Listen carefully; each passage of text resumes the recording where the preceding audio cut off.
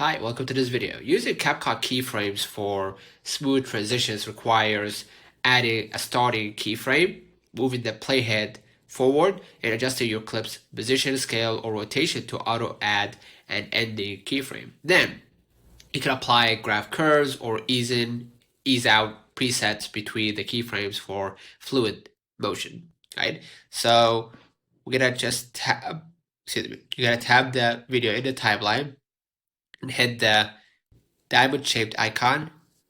That's the starting point.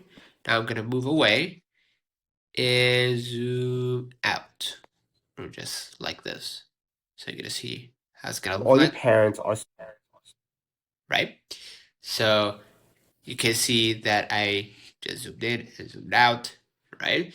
If you want to basically add a graph, you can go ahead and hit next to the diamond-shaped icon, like a graph here.